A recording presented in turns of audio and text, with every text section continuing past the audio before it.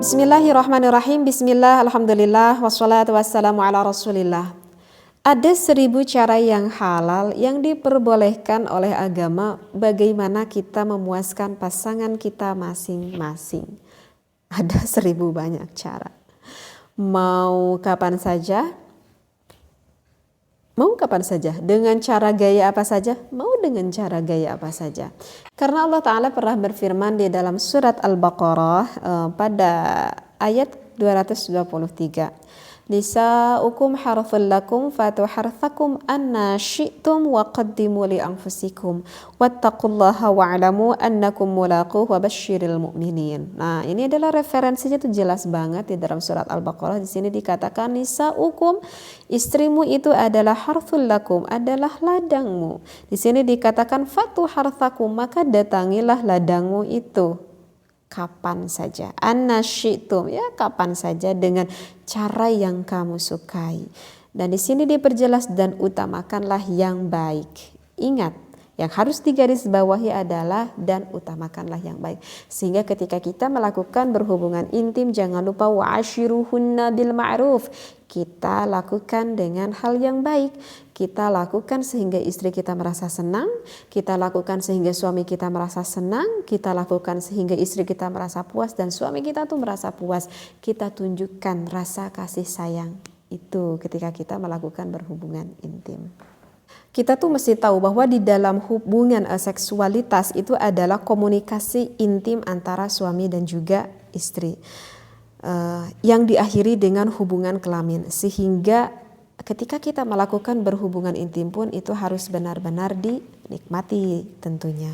Nah, sebetulnya sih ketika berhubungan intim sebetulnya sih ketika wanita berbicara masalah orgasme sebetulnya sih itu bukan suatu goal.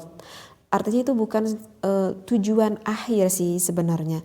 Tetapi goalnya ataupun tujuan akhirnya di dalam kita melakukan berhubungan intim itu harus ada menikmati prosesnya. Jadi menikmati prosesnya ketika hubungan itu dilakukan, mulai dari sentuhan, mulai dari hisapan, maaf gitu ya, ataupun mulai dari jilatan dan juga gerakan-gerakan verbal, ungkapan-ungkapan, kata-kata rasa kasih sayang yang diungkapkan oleh suami ataupun yang diungkapkan oleh istrinya.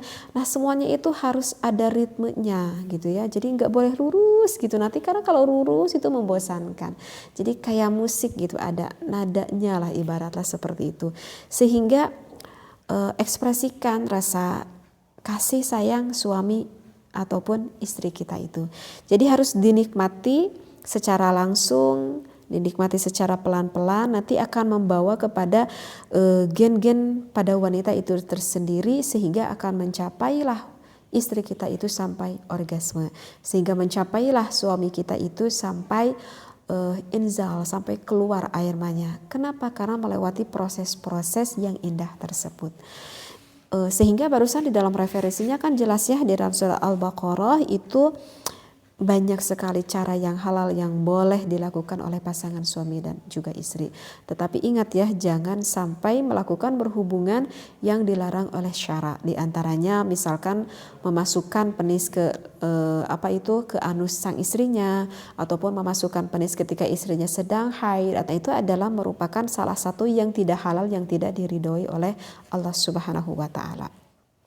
Kemudian di dalam kitab Fathul Izar di sini dikatakan bahwa Imam Mujahid ketika merekomendasikan bagaimana sih contoh cara bersenang-senang dengan istrinya, padahal istrinya itu sedang haid ataupun istrinya itu sedang nifas. Di sini dikatakan di dalam referensinya bahwa At-Tabari meriwayatkan dari Lais, beliau berkata bahwa kami itu berdiskusi gitu ya dekat dengan Imam Mujahid tentang seorang lelaki yang mencumbui istrinya padahal pada saat itu istrinya itu sedang haid. Di dalam referensi ini, di dalam kitab Is'adur Rafiq dikatakan bahwa Imam Mujahid berkata seperti ini. It'an bidhakarik,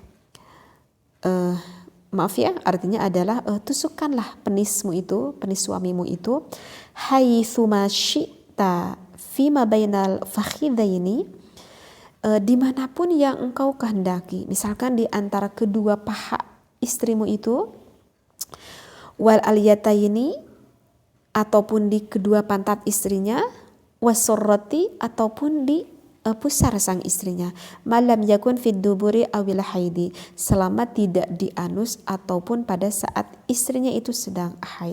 Ini bisa dilihat ya di dalam At-Tabari pada juz keempat pada halaman ke-380 referensinya seperti itu. Bahkan di sini dikatakan ketika istrinya sedang haid, ketika istrinya sedang nifas, bukan berarti menutup kemungkinan suami bisa bersenang-senang dengan istrinya. Jadi walaupun dengan keadaan seperti itu, kalau kita udah paham ilmunya, suami itu bisa menyenangkan istrinya dan istrinya pun bisa memuaskan akan suaminya. Tentulah seperti itu. Tadi ya yang referensinya yang udah dibicarakan, ya layaknya seperti kita tuh mau melakukan berhubungan intim, ya suaminya berporefly dulu kepada istrinya, boleh mencubu dulu, boleh dengan kata-kata manis dulu, sambil dilanjutkan dengan titik rangsang sang istri, bisa menciumnya, bisa mendekatnya, ataupun dengan cara apapun. Hanya satu saja, nggak boleh dimasukkan penisnya ke dalam vagina istri, udah itu aja. Nggak, ataupun ke belakang, itu udah itu aja, nggak ada larangan yang lainnya. Artinya berarti suaminya itu boleh dikeluarkan oleh istrinya walaupun istrinya itu sedang haid, boleh. Caranya tadi bagaimana? Yaitu di dalam referensi, mau digesekkan kedua paha istrinya, mau digesekkan kedua pantat, ingat pantat bukan lubang belakang, mau kedua pantat istrinya, mau ke pusarnya, mau kedua belah dadanya, bahkan sang istri pun gak apa-apa. Di dalam hukum diterangkan kalau istrinya mau misalkan dikeluarkan oleh mulut sang istri. Tapi ingat, itu pun kalau istrinya mau. Kalau istrinya gak mau karena merasa jijik banget gitu, maka sang suami itu gak boleh memaksakan kehendak keinginan suaminya. Kalau istrinya gak mau, itu gak boleh seperti itu ya. Karena kan di dalam berhubungan intim tadi saya katakan wa ashiruhunna bil ma'ruf. Jadi kedua pasangan itu harus mendapatkan keridhaan, kenikmatan seperti itu.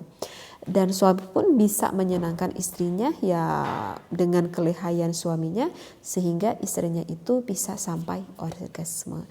Begitulah ini di dalam keterangan ada di dalam kitab Is'adur Rafiq yang dikatakan oleh Imam Mujahid, dan referensi yang tadi saya bacakan di dalam surat Al-Baqarah, fatu harathakum anna syi'tum. Jadi istrimu adalah ladang suamimu, maka nikmatilah ladangmu itu.